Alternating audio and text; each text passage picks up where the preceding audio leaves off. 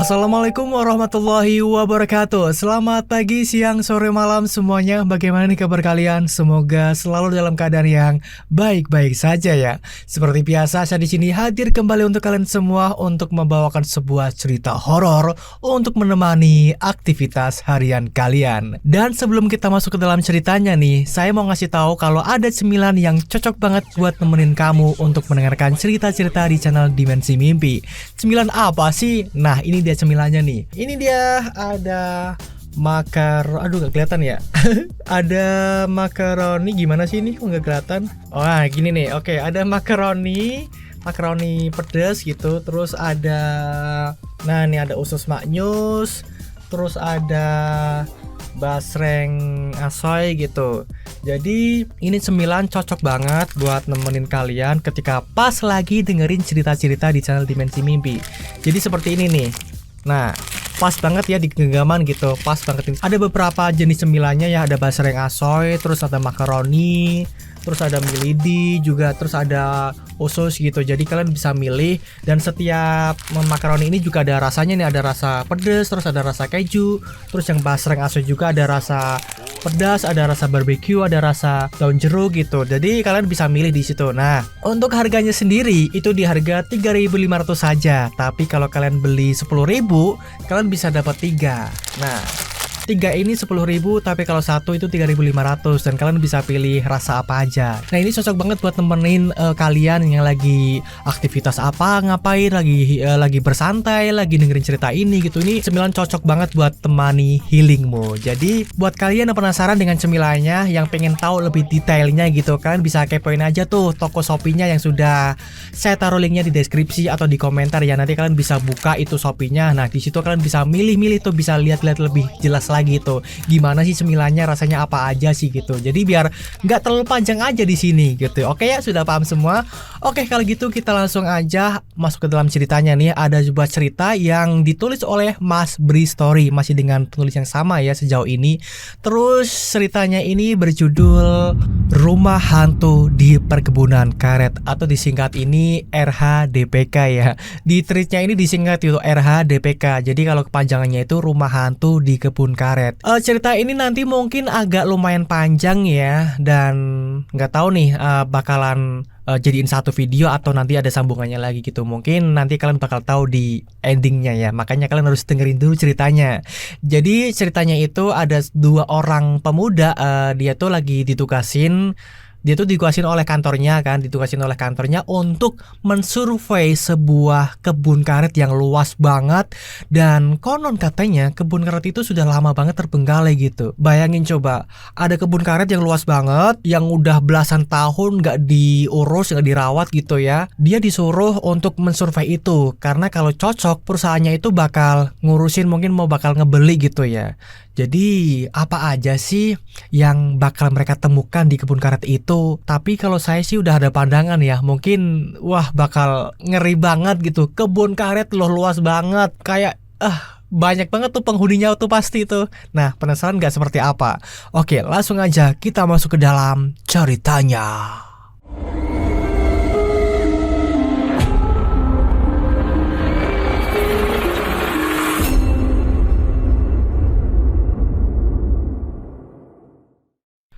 Awal tahun 1988. Akhirnya berangkat juga kita ya, Do. Ini semua gara-gara lo. Kenapa mau juga sih ditugasin di tengah hutan Sumatera? Itu percakapanku dengan Sandi ketika kami sudah duduk di dalam bis luar kota yang akan mengantar kami ke satu wilayah di satu kota kecil di perbatasan Sumatera Selatan. Aku Aldo, bersama Sandi rekan kerjaku. Kami ditugaskan oleh kantor untuk survei kelayakan dari satu wilayah perkebunan. Jadi rencananya perusahaan tempat kami bekerja ini akan membeli satu wilayah yang dulunya dipergunakan sebagai perkebunan karet. Namun katanya sudah kira-kira belasan tahun lamanya terbengkalai. Maka dari itulah aku dan Sandi ditugaskan untuk datang mengunjungi untuk melihat-lihat keadaannya. Rencananya kami akan tinggal di sana selama 1 minggu. Ada beberapa penelitian dan tes juga yang akan dilakukan. Kami ingin tahu tingkat kesuburan tanah dan info lainnya. Awalnya aku keberatan dengan tugas ini dengan bermacam alasan.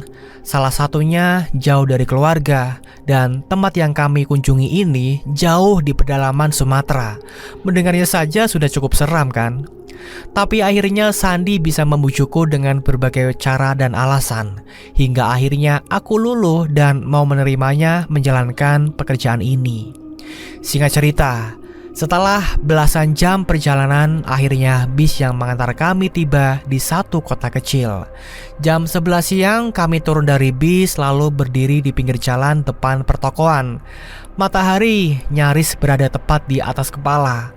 Panasnya menyengat mencairkan keringat. Kami dengan penampilan yang agak berbeda dengan warga setempat sedikit menarik perhatian. Beberapa mata terlihat memandang dengan penasaran. "Kemana dulu nih kita, San? Lo pegang alamatnya kan?" tanyaku ke Sandi yang masih berdiri dengan wajah sedikit mengantuk. "Iya, gue juga bingung baca alamatnya nih. Kotanya sih bener kota ini," jawab Sandi. Mungkin raut wajah kami memang kelihatan kebingungan, jadi tambah menarik perhatian banyak orang. "Mau kemana, Bang?" Tiba-tiba ada orang yang sudah berdiri dekat kami. Kami mau ke alamat ini. Tahu nggak, Bang?" jawab Sandi sambil menunjukkan secari kertas di tangannya. Orang itu membacanya sebentar, lalu dia bilang, "Oh, ini sih rumahnya Pak Rahman, bos tanah. Ayo, saya antar ke rumahnya. Nggak jauh kok dari sini." Kebetulan yang menyenangkan. Tentu saja kami senang mendengarnya dan ikut ajakan dari pemuda ini. Kami mengikuti langkahnya menuju ke arah belakang kota kecil ini, menyusuri jalan tanah lebar menembus celah pertokoan yang berbaris sejajar. Memang kota kecil, keramaian hanya ada di sepanjang jalan besar tadi, yang kebetulan merupakan jalan lintas Sumatera. Gak terlalu lama, hanya kira-kira 30 menit perjalanan diselingi dengan obrolan santai, jadinya gak terlalu terasa. Tibalah kami di depan satu rumah kecil dengan halaman luas. Rumah sederhana namun kelihatan sangat nyaman sebagai tempat tinggal. "Ayo, Bang, kita masuk. Ini rumah Pak Rahman," ajak pemuda baik hati ini, yang belakangan kami tahu kalau namanya adalah Kuswan. Ada yang menarik perhatian ketika kami sudah berada di dalaman rumah. Tepat di depan teras ada 3 motor berjajar. Aku bertanya-tanya dalam hati, kok banyak sekali ya motor yang dimiliki Pak Rahman ini? Setelah sudah berada di depan pintu, Kuswan mengetuknya. "Assalamualaikum." Agak lama kami menunggu, sampai akhirnya pintu terbuka lalu muncul lelaki setengah baya dari dalam rumah. "Pak Rahman, ada tamunya nih," ucap Kuswan sambil tersenyum. "Oh, Mas Sandi dan Mas Aldo ya? Saya Rahman," ucap beliau dengan senyum ramah. Kemudian beliau mempersilahkan kami duduk di kursi teras. Disitulah kami mulai berbincang. Setelah itu Kuswan yang sudah berbaik hati mengantarkan, lalu pergi setelah kami sudah mengucap banyak terima kasih. Jadi singkatnya, Pak Rahman ini adalah orang yang ditunjuk oleh perusahaan untuk jadi semacam guide yang akan memandu kami dalam rangka survei ini. Pak Rahman juga merupakan orang kepercayaan dari pemilik lahan. Beliau sudah lama tinggal di kota kecil ini dan juga kurang lebih sudah sangat tahu keadaan dan situasi lahan perkebunan karet yang akan kami tuju. "Kira-kira saya sudah 15 tahun tinggal di sini dan sudah 5 tahun bekerja untuk pemilik lahan yang mas-mas ini mau datangi," begitu katanya. Menurut cerita Pak Rahman, dia sebenarnya sangat jarang datang ke perkebunan karet ini. Hanya sesekali saja kalau ada orang yang datang untuk melihat-lihat dengan tujuan untuk membeli. Seperti kami inilah kira-kira. "Yang pasti perkebunan karet itu sudah lama terbengkalai. Karetnya juga sudah lama nggak disadap. Semak belukar dan rumput ilalang tumbuh subur hampir di setiap sudut lahan. Pokoknya lihat saja nanti ya," ucap Pak Rahman, lagi-lagi dengan senyuman. Berapa lama perjalanan dari sini, Pak?" tanyaku. "Kira-kira ya 1 jam perjalanan menggunakan motor. Nah, itu motornya sudah saya siapkan." Pak Rahman menunjuk 3 motor terparkir di halaman yang tadi sempat menarik perhatian. Ternyata motor itu disiapkan untuk kami. Nanti Mas Aldo dan Mas Sandi bisa pakai 2 motor itu untuk transportasi. Syukurlah, kami nggak harus berjalan kaki ke perkebunan karet, pikirku dalam hati. Tapi 1 jam lebih perjalanan bermotor juga cukup melelahkan sih. Rumah tempat menginap juga sudah disiapkan dan dibersihkan. Tinggal mengisi saja. Malam ini saya bisa menemani menginap di sana sampai besok sore. Kalau lusa soalnya saya ada keperluan, jadi nggak bisa menemani. Lanjut Pak Rahman. Rumah tinggal kami tinggal dekat-dekat sini kan Pak? Tanya Sandi penasaran. Loh, memang kalian gak dikasih tahu? Rumahnya bukan di sini, tapi di perkebunan karet itu. Tapi tenang saja, aman banget kok di sana. Ini informasi baru. Kami pikir rumah tempat kami akan tinggal letaknya di kota kecil ini. Ternyata salah, tapi di tengah-tengah perkebunan karet.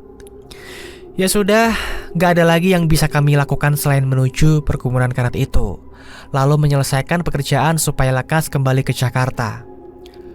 Kalau sudah siap, nanti setelah makan siang, kita langsung berangkat saja ke perkebunan ya, ucap Pak Rahman.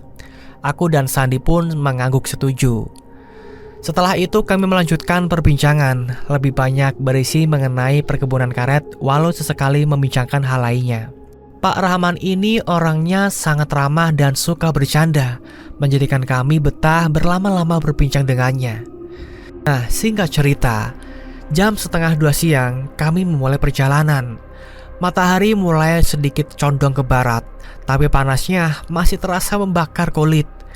Mengendarai motor masing-masing, Pak Rahman berada paling depan. Aku dan Sandi mengikuti dari belakang.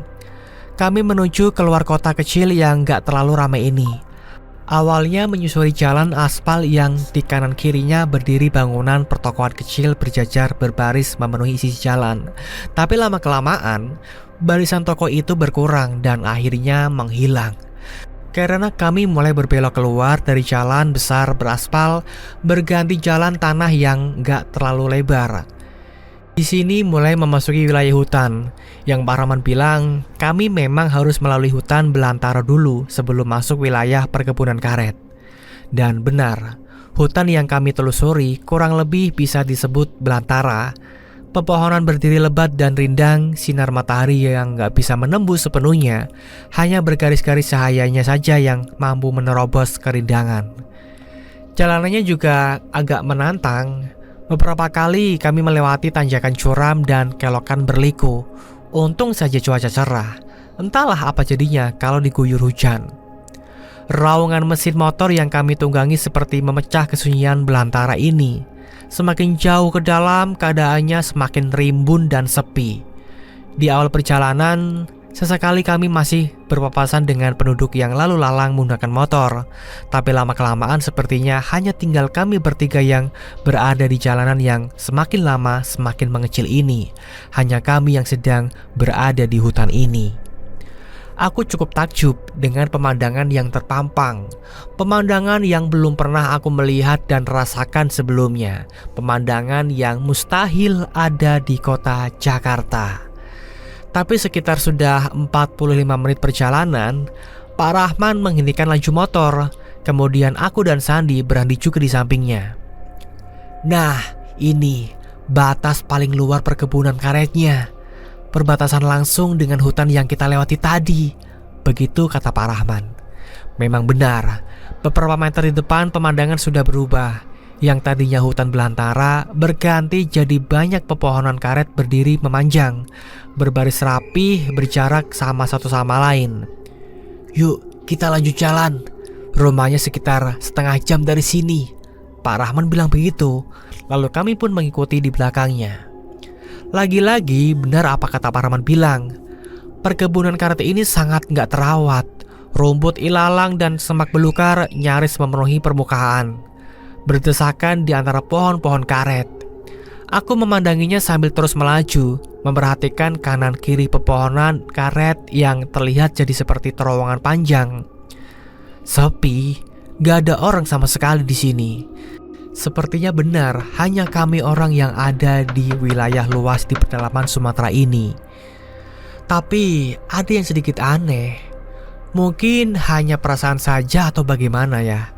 Tapi aku merasa kalau ada yang sedang memperhatikan kami. Entah siapa.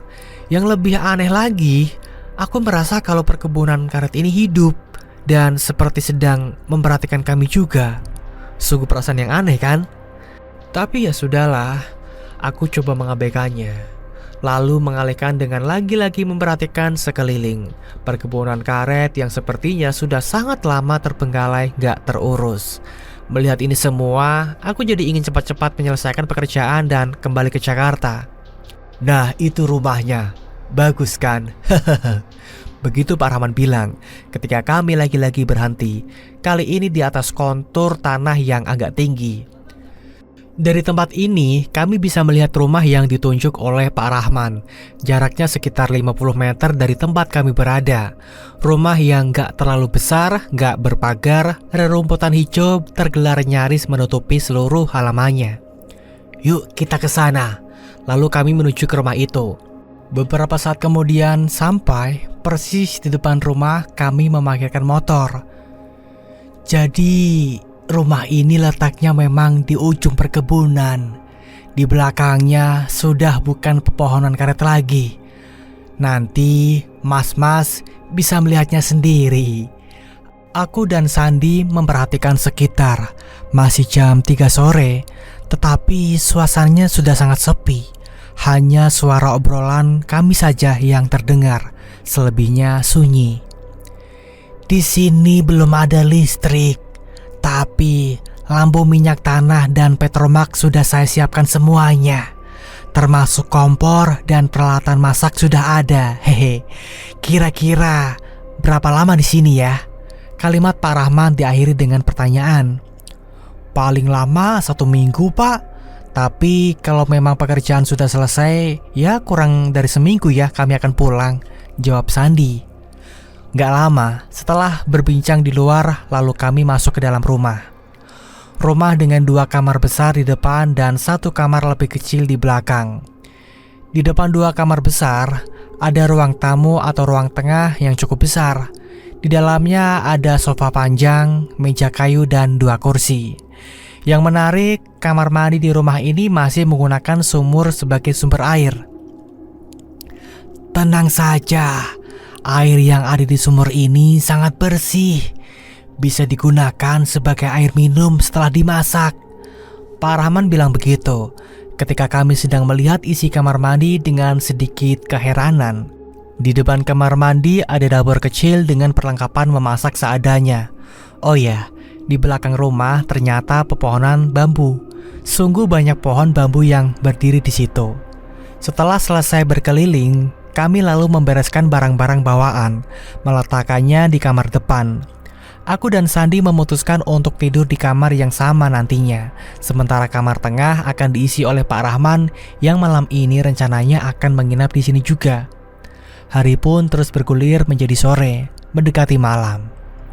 Singkat cerita, jam 8 malam. Setelah makan, kami berbincang di ruang tengah. Lampu petromak jadi sumber penerangan. Dalam jangka beberapa waktu, kami harus memompanya agar bisa terus menyala terang. Mas-mas bisa tenang bekerja di sini. Kalau boleh tahu, survei apa saja sih yang akan dilakukan? Tanya Pak Rahman sambil menghisap rokoknya. Gak banyak kok Pak, hanya mengukur luas lahan, menghitung banyaknya pohon karet, terus kesuburan tanah, ya dan sebagainya. Kira-kira seperti itu Pak, jawab Sandi. Harapannya sih gak sampai seminggu tugas kami sudah selesai, sambungku. Perbincangan cukup seru dan menarik. Ditambah Pak Rahman memang sepertinya orang yang sangat senang bercerita tentang apa saja. Tapi pikiranku sesekali teralihkan, memperhatikan situasi dan keadaan rumah ini dan perkebunan karet di luar. Heningnya sungguh benar adanya. Gak ada suara sama sekali selain suara dedaunan yang bergoyang tertiup angin. Kenapa mas? Sepi sekali ya. Ya namanya juga di tengah hutan kan. Pak Rahman membuyarkan lamunanku. Iya pak, saya sama sekali belum pernah merasakan tinggal di tempat seperti ini, jawabku. Singkat cerita, masing-masing gelas kopi yang ada di meja sudah habis, hanya menyisakan bubuknya saja. Entah sudah berapa batang rokok yang sudah kami habiskan untuk menemani percakapan. Gak terasa sudah nyaris jam 11 malam. Angin dingin mulai menyeruak masuk ke dalam rumah dari pintu depan yang memang sengaja kami biarkan terbuka sejak tadi. Sementara di luar gelapnya sudah gak karuan. Yang terlihat hanya batang-batang besar pepohonan karet yang kelihatan dari kejauhan. Obrolan pun sudah mulai lebih banyak jeda. Sepertinya sudah hampir habis bahan perbincangan. Ditambah aku dan Sandi memang sudah sangat kelelahan. Tapi sekali lagi aku membakar rokok, lalu berdiri dari duduk dan berjalan menuju pintu. Aku ingin melihat pemandangan di luar. Pemandangan yang belum pernah aku lihat sebelumnya.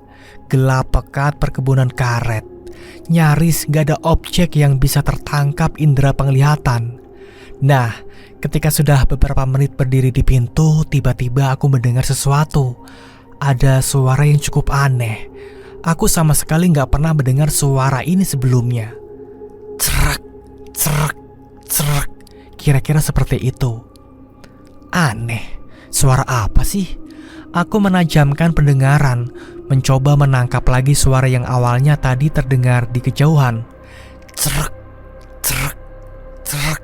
Kedengaran lagi. Kali ini jaraknya seperti sudah lebih dekat. Cerak, cerak, cerak. Terdengar lagi beberapa kali. Pak, itu suara apa ya? Pak Rahman dengar kan? Tanyaku kepada Pak Rahman, yang aku perhatikan dari wajahnya juga seperti keheranan.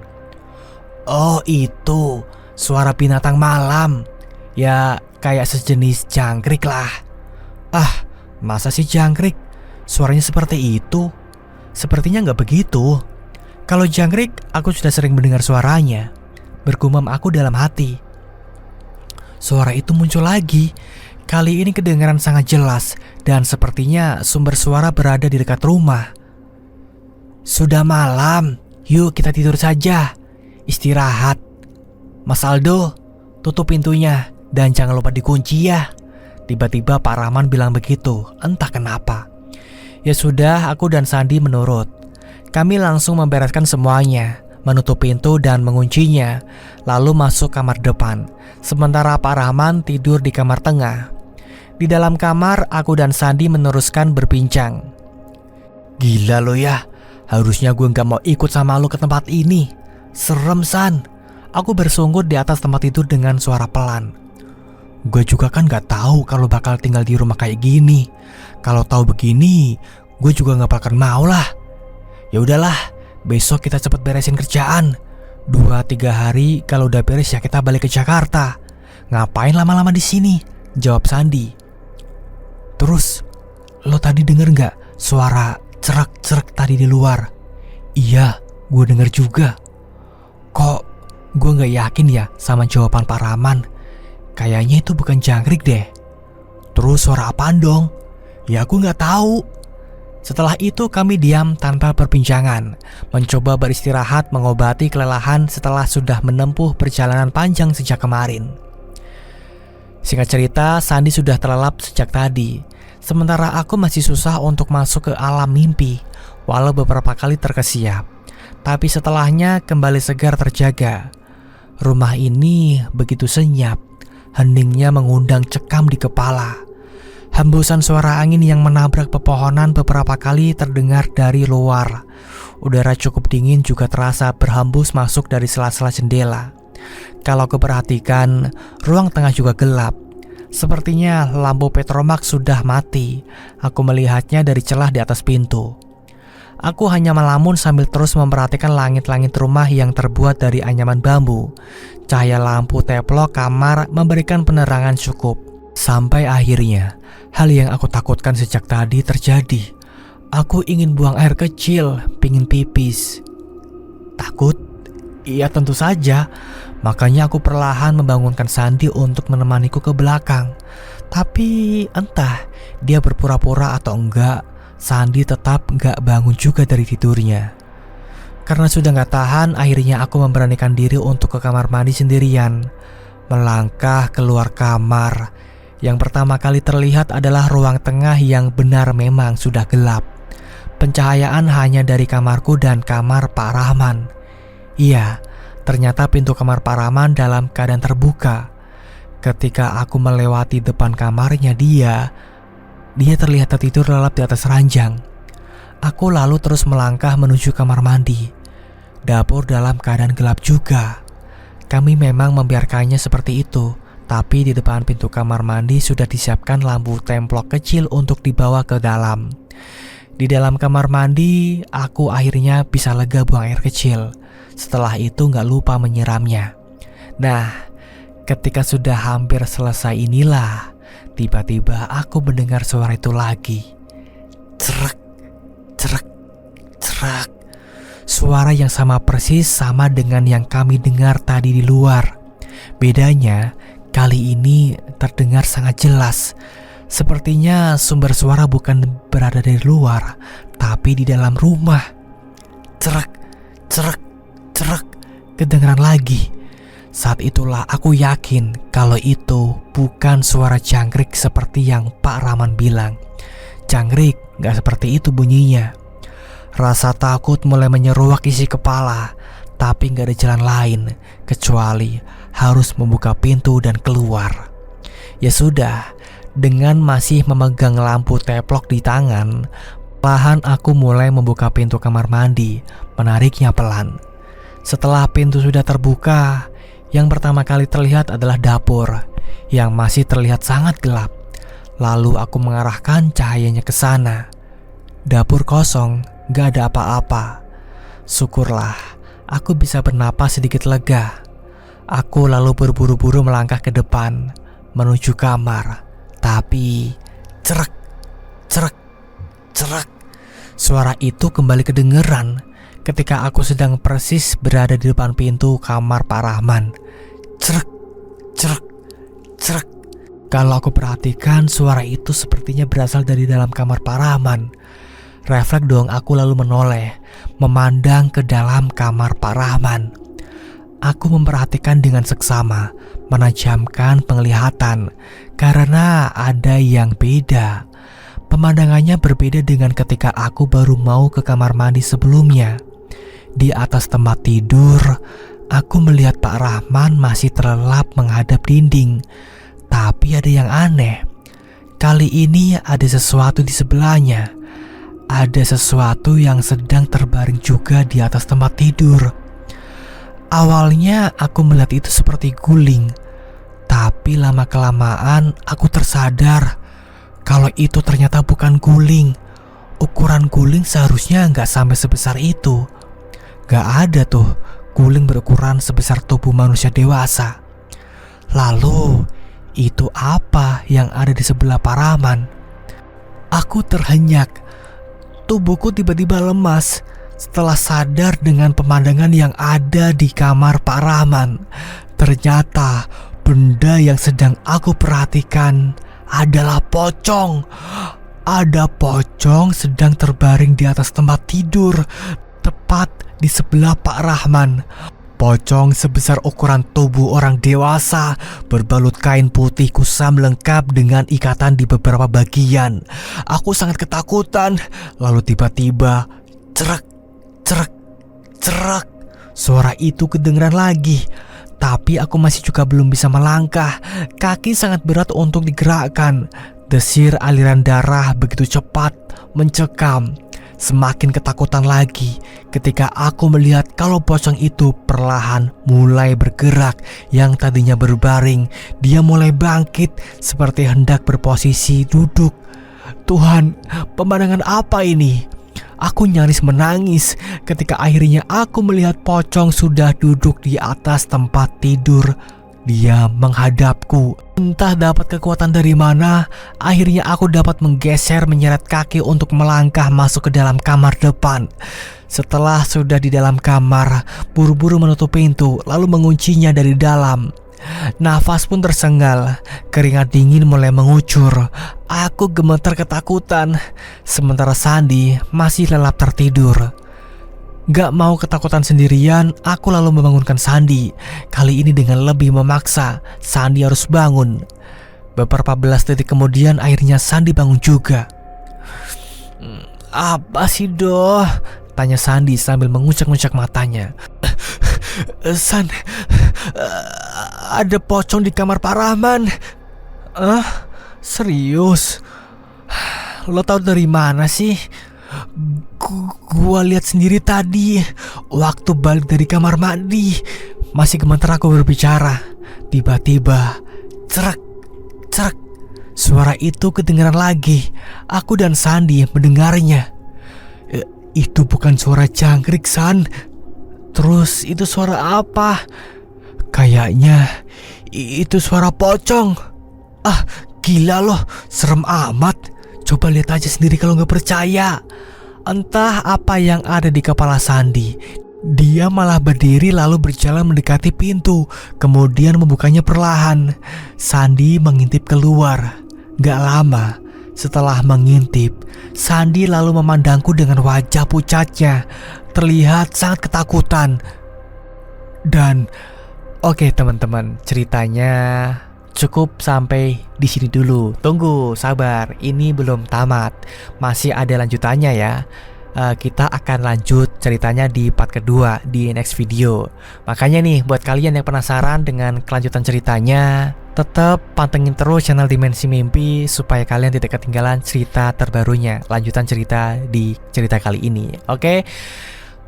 Karena waktunya mungkin sudah lumayan agak panjang, jadi ya kita akan akhiri sampai di sini dulu. Tenang ya, kita besok akan bertemu lagi kok. Buat kalian nih yang belum absen, silakan absen terlebih dahulu, tulis nama kalian dan kotanya dari mana. Dan juga yang belum subscribe nih, silakan diklik dulu tombol subscribe-nya, nyalakan loncengnya biar kalian tidak ketinggalan video uploadan terbaru dari channel Dimensi Mimpi. Seperti biasa, kenapa saya di sini akhiri dulu karena memang agak capek nih saya, kurang fit aja gitu. Jadi maaf ya kalau misalkan tanggung nih gitu. Tapi nggak apa-apa, nanti saya usahain untuk segera upload lagi ceritanya ya, biar kalian nggak kelamaan gitu nunggunya. Terima kasih sudah mendengarkan cerita ini dari awal sampai akhir. Terima kasih sudah selalu support channel Dimensi Mimpi. Kalian semua hebat. Kalau gitu saya mewakili tim Dimensi Mimpi mengucapkan wassalamualaikum warahmatullahi wabarakatuh. Ingat ya, hidup hanyalah ilusi.